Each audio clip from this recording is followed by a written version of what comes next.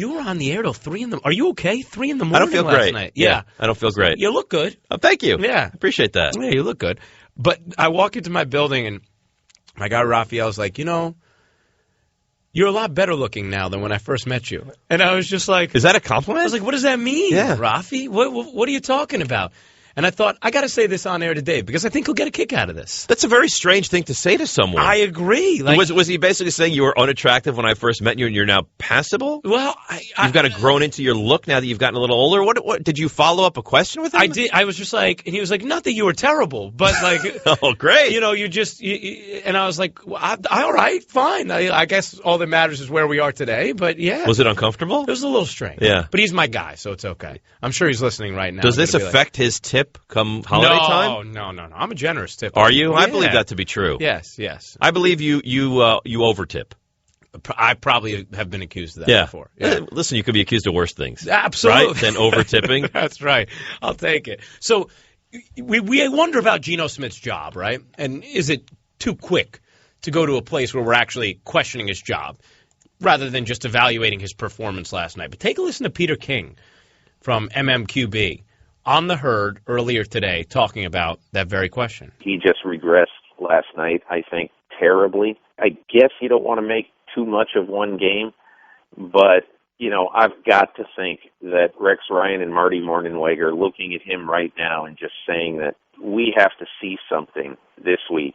In my opinion, I think they'll pull the trigger if they see one more bad game from Geno Smith. How about that? Yeah. One more bad game. Look at the schedule. Pull the trigger. Look at this is just a horror show of a schedule. The Lions, which is no easy game this Sunday, right?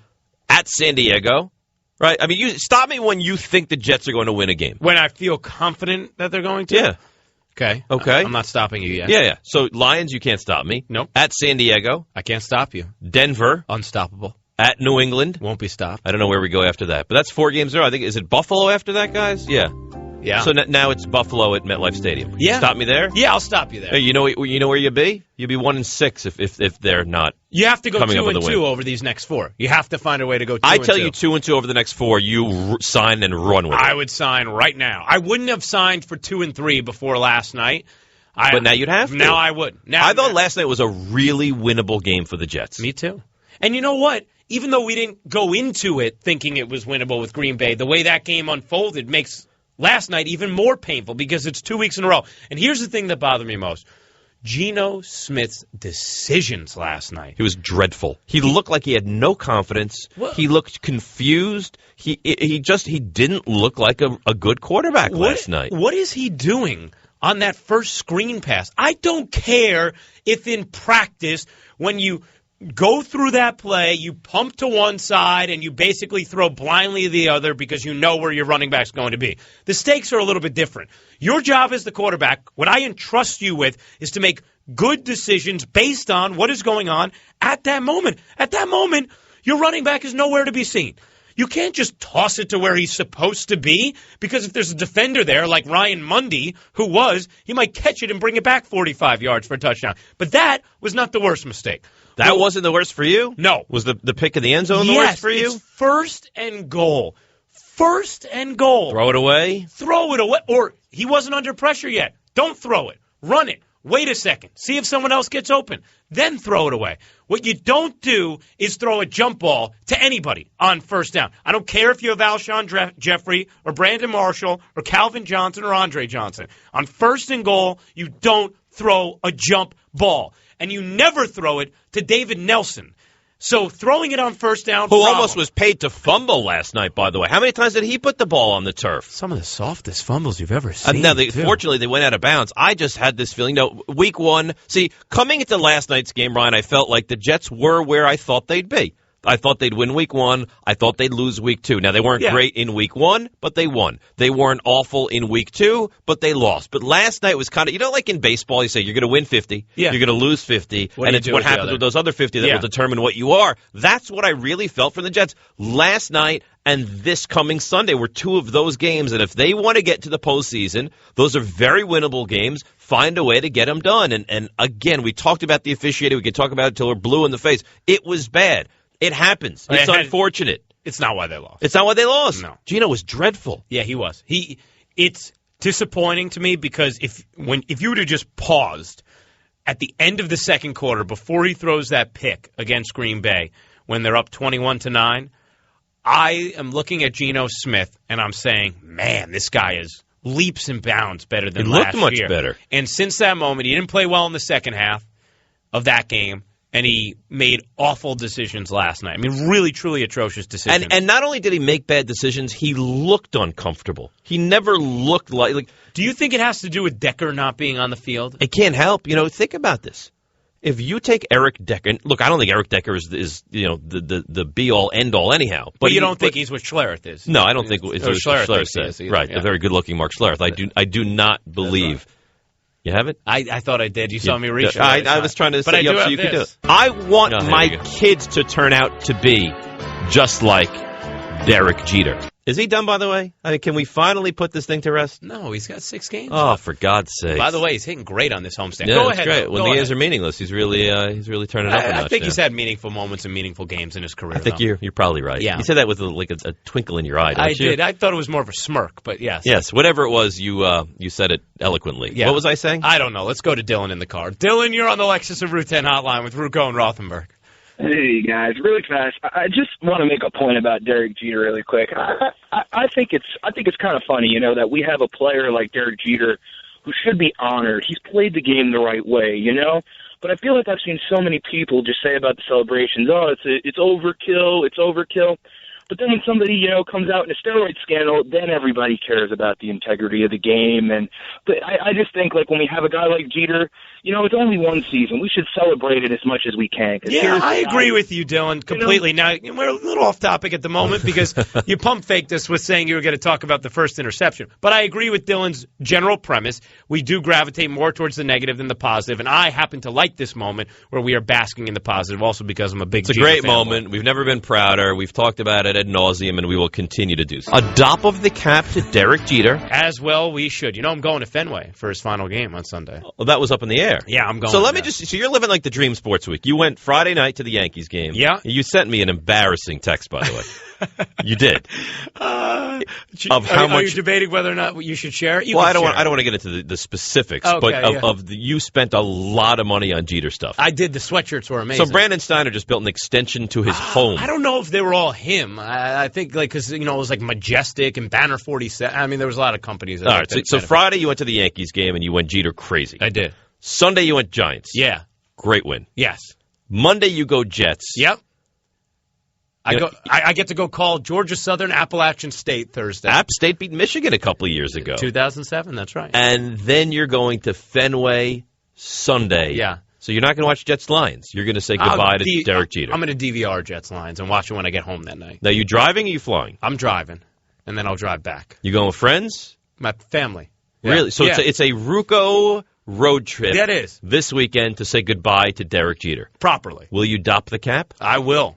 I might keep the cap dopped the entire time. You may not wear a hat? No. At all? It may be a permanent Just dop. out of respect. That's right. I might just walk around with my hand extended and the lid slipping out of the fingertips. I think that's nice. Yeah, I saw the Gatorade commercial, by the way, again, on TV this time. And did you like it on TV? Good. It's good. It's good. It's a good commercial. He's killed these commercials. He's very good. I mean killed in a positive way. No, the kids say it. Right. Yeah. I didn't think he was murdering people as the commercials were going on. At all. That would be more NFL-like than Major League Baseball-like. An unnecessary shot for your favorite entity. 1-800-919-3776, the telephone number on the Lexus of Route 10 hotline. All right, let's get into that question, though, about Geno and whether or not we really do need to put the microscope on him.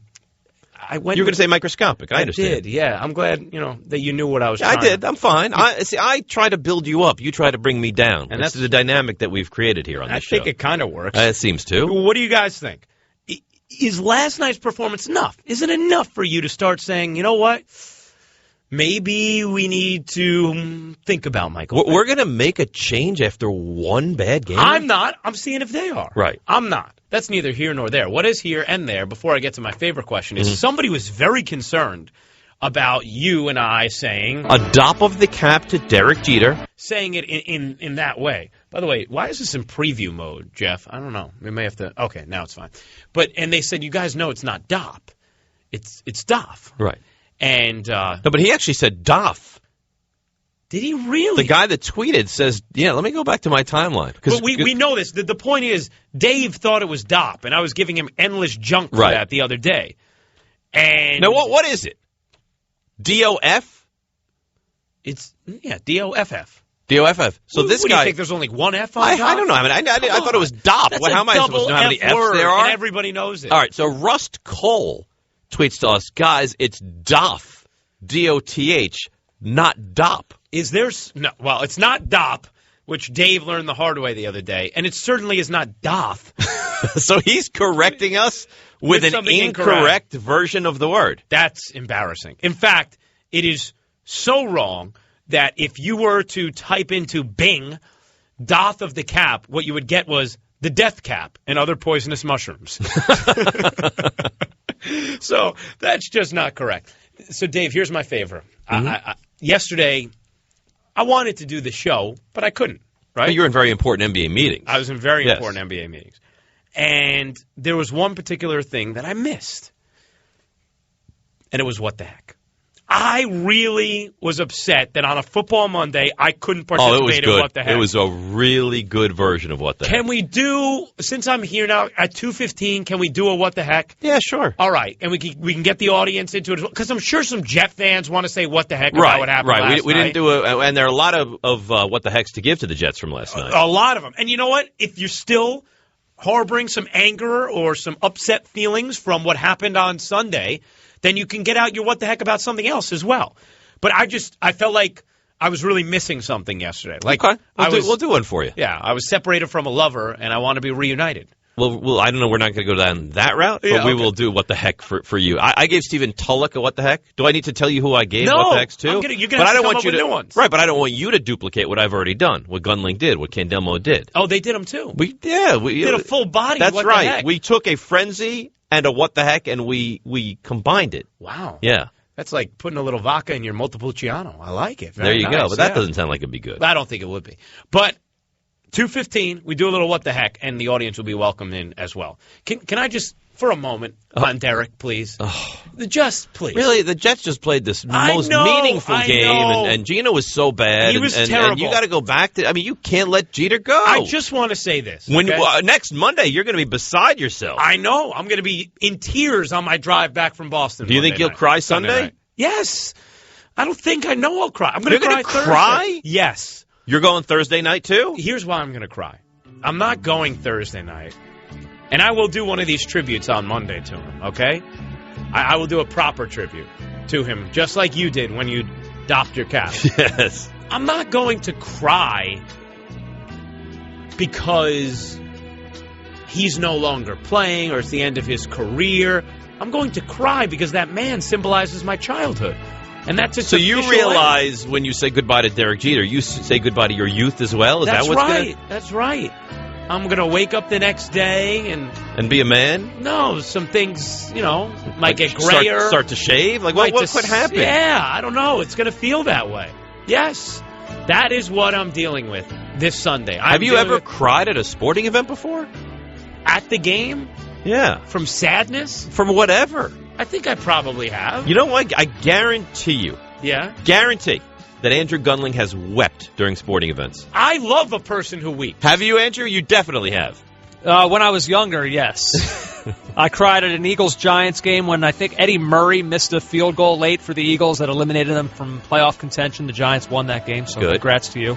When I was really little and the Sixers were horrible, we had season tickets, I would cry at every game that I went to that they lost. You used to go and just cry every loss? And my parents would try to set me up beforehand and say, now, Andrew, they're not very good. There's a chance they're probably going to lose. And I would say, no, it's fine. I'll be fine. And then inevitably, they'd be down 103 to 80, and I'd be weeping. Would you Yeah, sob? I was probably 7 years old around there, so I was very young. But I don't think I've cried over a sporting event. I cried happy tears in 2008 when the Phillies won the World Series. I think that's the last time I cried over a sporting event. Boy, you cry a lot. I'm very emotional. My God. Crying's a great thing. Can I tell you a story, by the way? About tears? No, not about tears. I don't know if I want to hear it. About success as a parent. I finally felt like I really capitalized on Monday of this week. Really? So my 7-year-old picture day.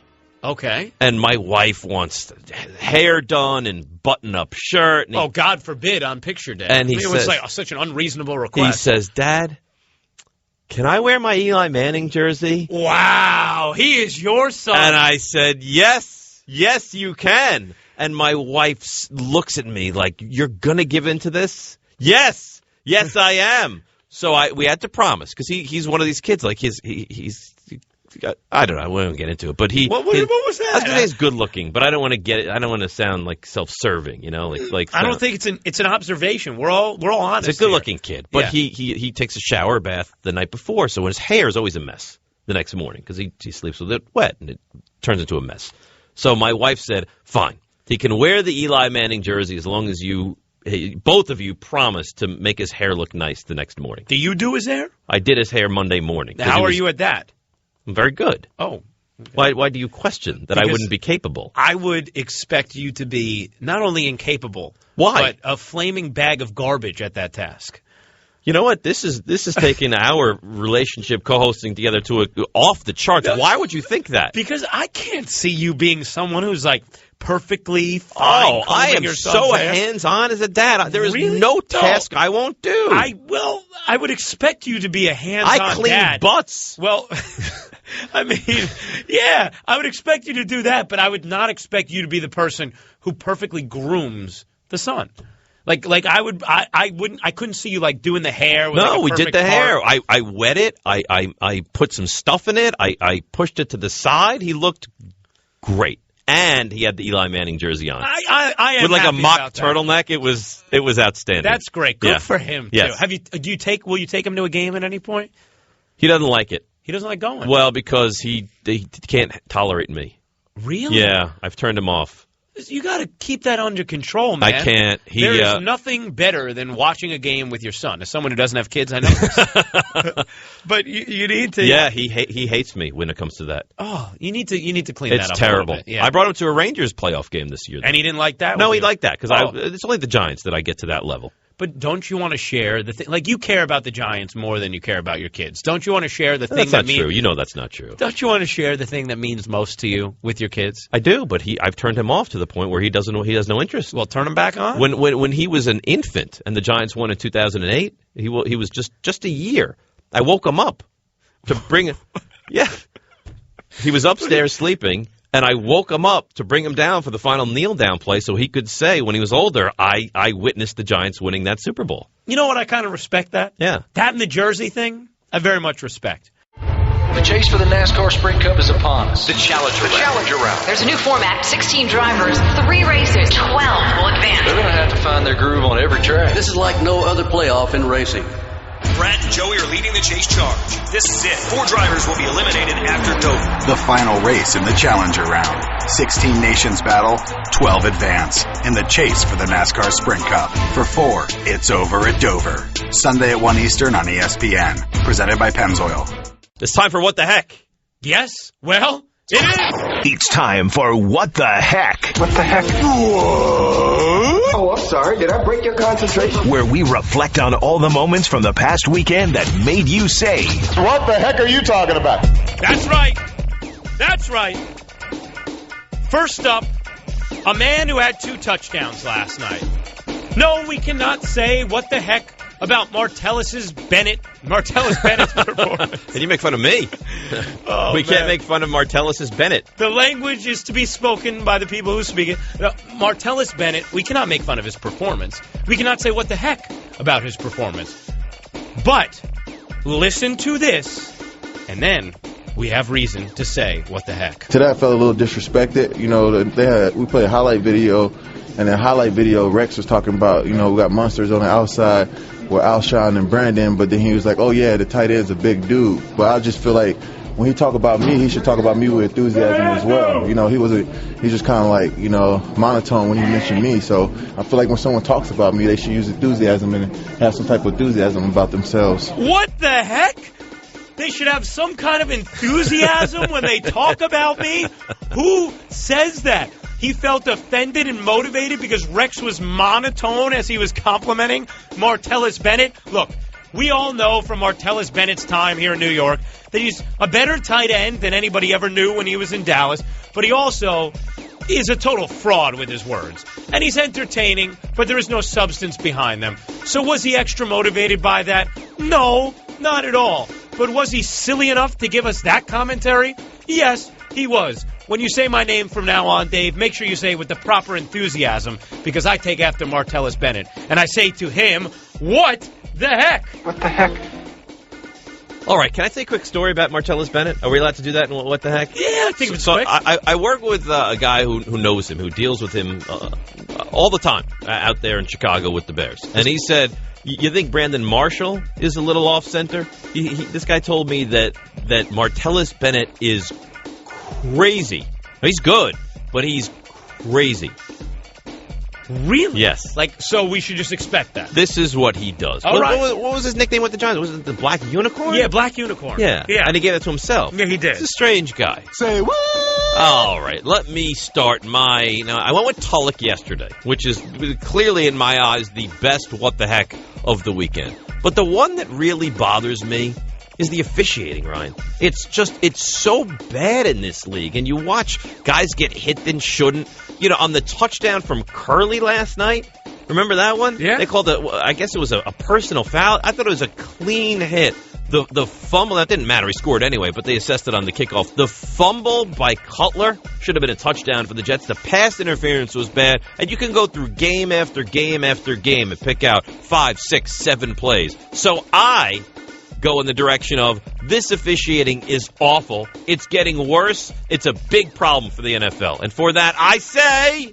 What the heck? Yes, you did. Well, I didn't get to say it, though. Oh, sorry. I think you were, cuing me. No. The whole point was I say it. And for that, you say... What the heck? What? All right. I need to say, what the heck to Marty Morningweg. Because he is totally unaware, apparently, for the second year in a row, that he has a beast in the backfield who he needs to unleash. Chris Ivory is a freight train who runs people over, gets yak like crazy in the passing game, despite not being thought of in that way, and is going to bruise and bully opponents to the point that they're beaten into submission in the fourth quarter. You need to give him the ball, not just in the first, not just in the second, but always. This is a weapon, and you don't have many, so you better use him. And while you are not, I need to say to you, what the heck? Say what? Go to the calls. All right, fine. Yeah, I look up and we have so many callers waiting to play. Let them play. Is it Ibrahim in New York City? Hello, Ryan. Hello, Dave. I love the show. Thank you, man. Go ahead. You're up. Hey, I just want to say what the heck to Colin. Earlier, he said Chicago beat the Bears. All right. Well, he made a mistake. Why is that funny? Because I'm just thinking if people start saying what the heck to every time we say something wrong, this segment would never end. Yeah. Marvin in Connecticut. Marvin, who do you have to say what the heck to? I'm giving my what the heck to Rex Ryan. What the heck? Get it together or start for another job. Yeah, well, I mean, these mistakes can probably be put on him. Jimmy in East Hanover. How about you, Jim? Hey, what's up, guys? On the show. Thank you. Dave, I agree with the officiating, man. That fumble that they blew dead going into the second half, that was awful. And that terrible. Totally swung the game. But my what the heck has got to be that Jets secondary. $25 million under the cap, and that's what you're running out there? Awful, and it's going to cost Rex Ryan his job. So for that, I'm saying, what the heck? You know what? That's pretty good. That's not bad. Kevin in Hicksville. Kevin, who are you saying what the heck to?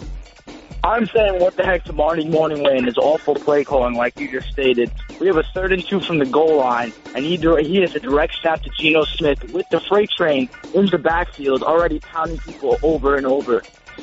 I'm just thinking, what is he doing there? You know what? He didn't say what the heck. Come on, Kevin. What the heck? There you go, Kevin. You know, you can't kind of pump fake and then shoot. You're never going to make that shot. Pump fake? You've said that like three or four times today. Can we come up with a different phrase? I don't know. We might have to. Hey, Gunling, do you have a what the heck? Andrew's always very clever. I like Andrew. He doesn't like me. No, I don't care for you. No, I know. Yeah, I have a what the heck. How about Mark Wahlberg? I mean, come on, man. What the heck? You get invited to the owner's box with the New England Patriots. They score a touchdown. The guy's trying to give you a high five, and you don't even look at him. And hand. He even taps you on the shoulder. You still don't turn over and look at him. He's got his hand up there. You're leaving the owner hanging. What the heck, Mark Wahlberg? I agree with Andrew. And by the way, when I'm at a game, the first thing I do after a big score, I look for people to high five. It's like my favorite pastime is high-fiving strangers. Are you a high-fiver? Have you ever hugged a stranger? Yes. During a game? Oh, my gosh, yes. At a big game like Super Bowl 42, big hugs. What's the strangest that ever got at a game with, like, personal interaction for you? I'm trying to think what game I was at semi-recently where I was, like, jumping up and down hugging a random person. But it happened to me sometime where I was jumping up and down. You know what? I'll tell you this. One time... this is like a little bit of a different interaction. No, you look embarrassed. Your face says I'm embarrassed. It's just strange. One time at a game, I was propositioned by someone via letter. That was my strangest what? Wait, Jeff, turn the music off now. Okay. What? That was... One time at a game you were... First of all, letters... What year was this? 1971? What are you saying? What happened? I had another what the heck, too. But it's all gone, yeah. No, you asked me my strangest interaction at a game. What do you mean? Someone slipped you a letter? Someone handed me a letter that was wrapped as a present. And the letter was, a proposition. At a game? At a game, yeah. That's bizarre. I agree. It was very bizarre. I did not accept the present, for the record. But I have questions that I don't know that are appropriate. Yeah, is the story even appropriate for her? I'm not sure. The story's fine. Well, it's like dicey. No, Andrew's uncertain. But so I've had some strange interaction. But as far as like when you're a young kid, I don't know if this was the same for you. But like my favorite thing about going to like the '96 Yankees playoff games was jumping up on the chair, high-fiving random people, the communal feeling. Actually, Andrew just brought up Robert Kraft. I've had this conversation with him about attendance and how the one great thing about going to a sporting event is in a time when we become more and more isolated in communication via technology, it is one of those experiences where you still truly feel connected to other people. Especially if they're like family. Yeah. Like when you go to the game week after week after week after week, you see the same people, you celebrate with the same people. I had that in '94 for the Rangers. I sat in the same seat for every game during the regular season and the playoffs, and by the end, they were like your best friends. I mean, you share a bond that's never broken. It would probably make Gunling cry. I think it probably would. You know what? We are going to at some point over the next couple days or weeks or whatever. We're going to play some sad music, and we're going to make you tell stories of when you've cried during sporting events too. I used to cry when I was little. Okay. When I was like 7 or 8. That's what Andrew was describing, No, too. but he made it sound like this was... He cried when the Phillies won the World Series. Did you not cry when the Giants won the Super Bowl in '07? I didn't cry. Well, you should have. No, I ran around my home completely naked. All right. Well, I'd rather you cry. But I think your neighbors did not would cry. Too. You know what? How's mine worse? Yeah, it's not. I mean, come on. I didn't say it was worse. I just said I can't believe you cry. He was 6 years old, and the Eagles would lose, and that's upsetting. I was only 34. What the heck? I'm trying to think the last time I cried from happiness at different things. Or you know what? I think Pettit last year when Pettit came out and got Rivera. Yeah, that was cool. I cried on that, and I cried during that, and I wept on a plane when Andy threw that complete game in his final start. I was following it on Gamecast, and when I saw his final start in Houston, you started crying on a plane, just watching what was happening. But he wasn't on Gamecast. It's a little cartoon picture that doesn't even move. That got you to tears. Wow, you cry at anything. Gamecast made me cry. What happened if you read like a Danielle Steele novel? You start sobbing. I think so. By the way, if it was about I will let you behind the curtain. Should I let you behind the curtain? I would love it if you did. All right, Giants win that game. Yeah. For some reason, I'm completely naked at the end of it. I go upstairs. You're being serious? Like you're wearing nothing? Nothing. I've ripped off every piece of clothing. It's a weird thing to do. I'm a bizarre person. I go upstairs. I get my son. I'm drenched in sweat because the game was very emotional. So you're sweaty, naked Dave. Sweaty, naked Dave, 1-year-old son, in my arms, jumping up and down, singing, "We Are the Champions." And my wife has it on video. So if we ever got to the point that things went south between us, she would make that public, and it would be bad for me. Is it bad that I'm rooting for things to go south in your marriage now? That doesn't feel good. I just think it would be hilarious. That would be an internet hit, don't you think? I would be a sensation. A freak sensation, but a sensation. I agree. Attention, maybe for the wrong reasons. And for that, I say... What the heck?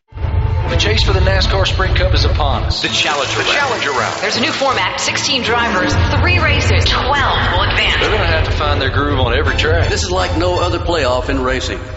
Brad and Joey are leading the chase charge. This is it. 4 drivers will be eliminated after Dover. The final race in the Challenger Round. 16 nations battle, 12 advance in the chase for the NASCAR Sprint Cup. For 4, it's over at Dover. Sunday at 1 Eastern on ESPN. Presented by Pennzoil. How many of the Jets were harping on that as a key reason why they did not win last night?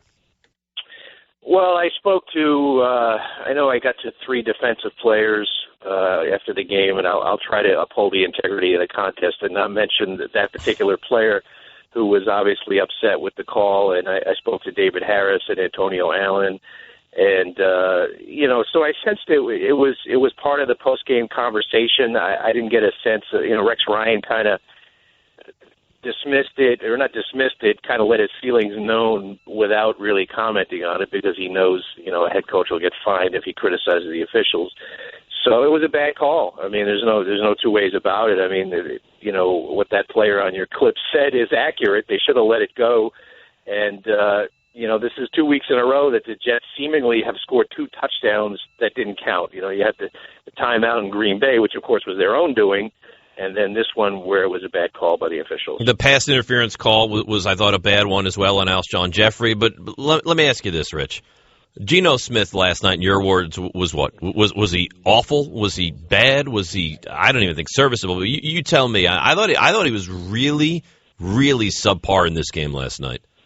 Yeah, I could pick any of those aforementioned adjectives. I mean, he just looked rattled. That's a good word because even the passes he did complete, and by the way, I think he set a career high for completions in the game. Even some of the passes he completed were off the mark, causing the receiver to turn, break stride, not get enough yards after the catch as they should have. And, he panicked. There were pressure situations. To me, the game comes down to this. The Jets, Cutler handled the pressure well. The Jets had some good pressure on Cutler. He did not throw an interception, and he made that great play to Bennett, on the first touchdown where he just slid away from the rush and found him in the back of the end zone. On the other hand, you have Geno Smith, who just makes 2 huge errors, resulting in at least 10 points. Geno was 1 for 10 passing when under pressure. And to me, that was the difference in the game. One quarterback handled it, one quarterback didn't. Talking with Rich Cimini on the Lexus of Route 10 Celebrity Hotline. What would it take for Mike Vick to replace Geno Smith, Rich? Well, we know it's not going to happen this week. I mean, and it shouldn't. I mean, Geno had one, really bad game, so he's the starter. He deserves to be the starter going into the Detroit game Sunday. If they lose to Detroit, it depends. If he has another game like this, then I wouldn't rule it out. If they go in there and the offense has a good showing and they still lose, then, I don't think he deserved to be benched. But you just can't have – he leads the league in pick sixes over the last year plus. He's had 6 pick sixes. The one last night, just second play of the game, just a horrible screen pass. It just set a bad tone for the entire game. But I don't think Geno's in jeopardy of losing his job right now. But one more horrific performance like that, and then I think it's on the table.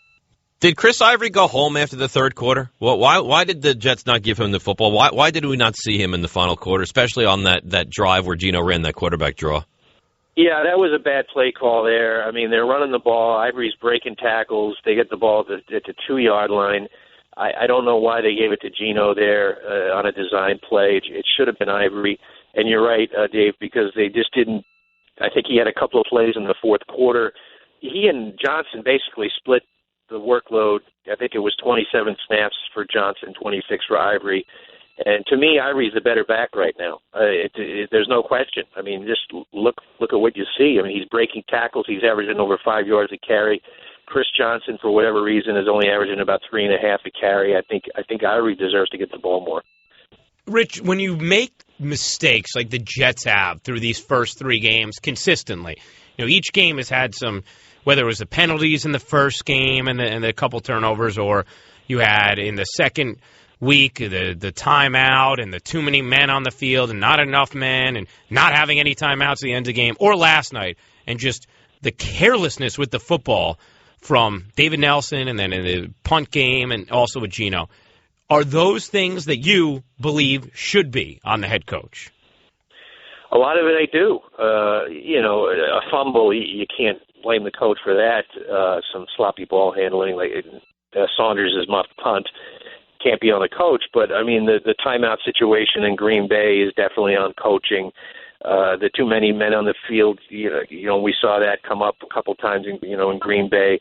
That stuff is coaching. And just the overall general lack of cohesion is coaching. And I wrote this after the game last night. The Jets have played 12 quarters so far in the season. I think 11 of them have been substandard. They had maybe one a little longer than three really good drives against Green Bay to open the game. And other than those three drives, they've been a substandard football team, on both sides of the ball. Even the Raider game, they stumbled their way through that and beat them just because they're the Raiders. And last night they had a chance to beat, I thought, an ordinary Chicago team. But, they stumbled their way through that. So just a lack of cohesion, and I do put that on coaching. They got in the red zone 6 times. They put 1 touchdown on the board. How does that change moving forward? Well, you can look at it the positive. The fact that they got there 6 times is somewhat of a silver lining. I think that was the most, the best since 2008, I think, 6 red zone trips. But you're right, 1 for 6 is just, I totaled it up. I think they ran 16 plays in the red zone last night, and I think it was for a total of 29 net yards.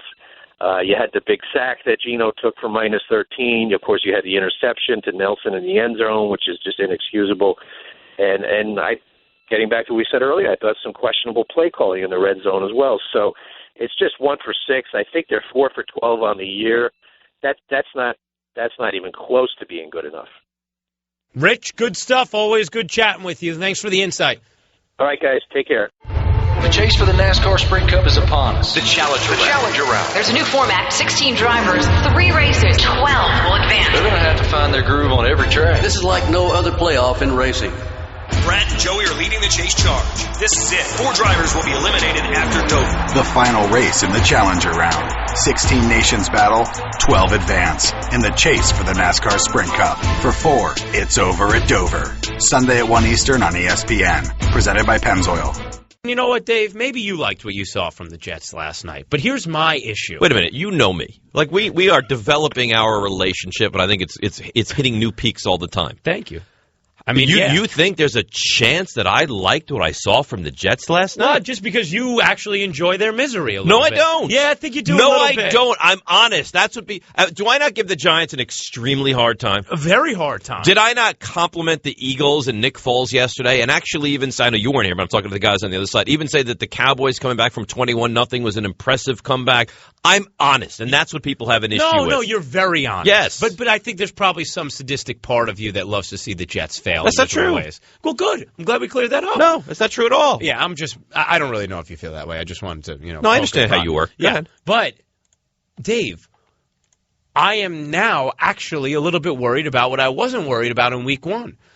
Because it's one thing to say, well, hey, look, the Jets still had a chance to win that game or tie that game with all the mistakes and having a touchdown taken away from them on a bad whistle from the officials and having some brutal Gino decisions and some awful penalty. You know what? They still had a chance to win that game. In years past, they would have lost that game by 30 with those mistakes. That's the way I would have looked at it week 1. But now we have 3 weeks of the same mistakes. And now I am worried that it's part of the fabric of this team. I thought they played poorly last night. I really did. Now, did the front 7 get some pressure and make Jay Cutler uncomfortable at times? Yes. I mean, they were from top to bottom, the Jets were not awful. I thought he was bad yesterday. And you look at the numbers, and what was he, like 26 to 43 for over 300 yards? And if you didn't watch the game, you'd say, those numbers aren't bad, but he wasn't good. I mean, he could have been picked off 4 times last night. He made awful throws. I thought they made some strange play calls. That quarterback draw I thought that was awful, too. Was an awful call. Because they had run it 2 plays before, which, by the way... Where did Chris Ivory go in the fourth quarter? Oh, 2 things we need to get clear. One, On that, Geno actually could have scored a touchdown if he didn't take a knee on the 11-yard line when they ran the quarterback draw right before they ran it again. He just keeps veering right, and he has a He doesn't want to get hit. Zone. Like the opposite of what Michael Vick is, where Vick takes punishment. You say, oh, it's not punishment he should take. Geno he gets it to the point where if someone's near him, he goes down. Yes, and that was a problem because he had the end zone there if he just went with conviction. But then you can't run that play again. 2 plays later. It was awful. It was an awful decision. And I thought Chris Ivory was the best offensive player in that game for the Jets last night. Where was he in the biggest moments of the game? Where was he? Can we stop it with Chris Johnson? Chris Ivory is infinitely better than Chris Johnson. Yes. They're not in the same stratosphere You're anymore. Right. Chris Ivory runs over at least 2 guys every time he touches the football. How do you get into... I mean, the Jets, I think, are right there, right on that level with Chicago. But Chicago deserved to win that game. And if I was a Jets fan, I would be very angry at the officiating. I thought that the fumble by Cutler that should have been a touchdown was a bad call, a bad no call. Why do you not just swallow the whistle? Why do they not just let it play out and then go back and then overturn it if you have to, right? Especially, who was the referee last night? I don't know. Forget. Well, maybe we could look that up, Andrew. You know? Oh, it was. You know, I thought it was. It was Jerome. Is it Bogar or is it Boger? Boger. I always said Boger. Yeah, it's Boger. What is it, Andrew French all of a sudden? Jerome well, he's thinking Bogar? of Tim Bogar. That's right. I'm sorry. Yes. We're not sophisticated enough for you on this program, all right? But, yeah, Jerome Did he say Boger. Like Bogar? Yeah, he did. Was it just in my ear or not over the I didn't hear it. I can't hear it. It was just to me. He said Jerome Bogar. Bogar? Yeah, oh, exactly. That's lovely. So, but here's my problem with Boger. He sees the play happen, doesn't blow anything, and then blows the whistle once. Who was it, DeMario Davis who picked it up? Yes. Once he's already 10 yards bizarre. running. And they called Cutler down on the play originally. You know what? If you called him down as soon as it happened, it's a bad mistake because it was a fumble and it blows the play dead and it would have been a touchdown. But it's not as bad as blowing it dead once the guy's already running. Let it go at that point. Right. Because that way Let him you're scoop protected. and score, and then if you have to overturn, I totally agree. And I thought the pass interference call down at the 2-yard line on Alshon Jeffrey was a bad call. So did the Jets get a couple of bad calls against them? Absolutely. They did not play well. They still, Ryan, it's not like they didn't give the Jets the football on that sack and fumble. So they're down 17-13, first and 10 at the Bears 42, and did nothing.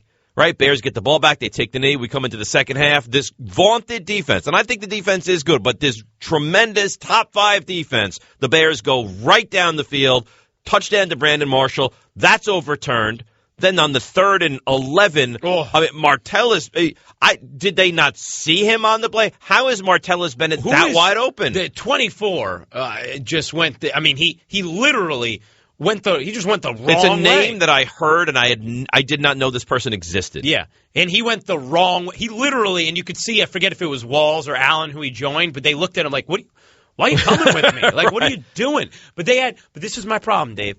This is now 3 straight weeks of bad critical mistakes. And if you think about it, the Jets have done the meat and potatoes better than I would have thought, and well enough that they should have easily been 2-1 and really could have been 3-0 at this point. Instead, you're 1-2 because of some ghastly mistakes. And in this sport, those mistakes lead to losses, and just a few losses are the difference between going to the playoffs or not. And so now, if you're the Jets, you find yourselves in an incredibly desperate situation because you haven't cleaned up the little things, and they've become big things, and they haven't just been a blip. Now they're a trend and maybe part of the fabric of your team. I did a show after the post game last night from 1:30 to 3 o'clock in the morning, and I said this: the Jets aren't good enough to make mistakes like that and get by. And I don't think there are a lot of teams that are good enough. You know, maybe Seattle is, maybe Denver is, but the Jets, they're not. The Giants, you need serious firepower to be able to do that. Right, and the Jets don't have it. The Jets' game plan, we know what it is. It's control the clock. We're good defense. We're going to beat you 19-14, 23-20.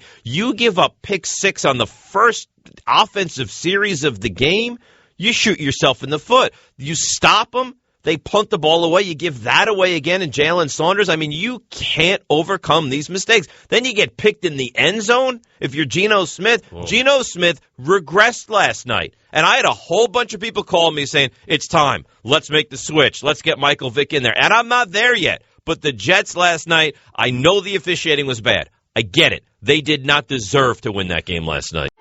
The chase for the NASCAR Sprint Cup is upon us. The Challenger Round. There's a new format, 16 drivers, 3 races, 12 will advance. They're going to have to find their groove on every track. This is like no other playoff in racing. Brad and Joey are leading the chase charge. This is it. 4 drivers will be eliminated after Dover. The final race in the Challenger Round. 16 nations battle, 12 advance in the chase for the NASCAR Sprint Cup. For 4, it's over at Dover. Sunday at 1 Eastern on ESPN. Presented by Pennzoil.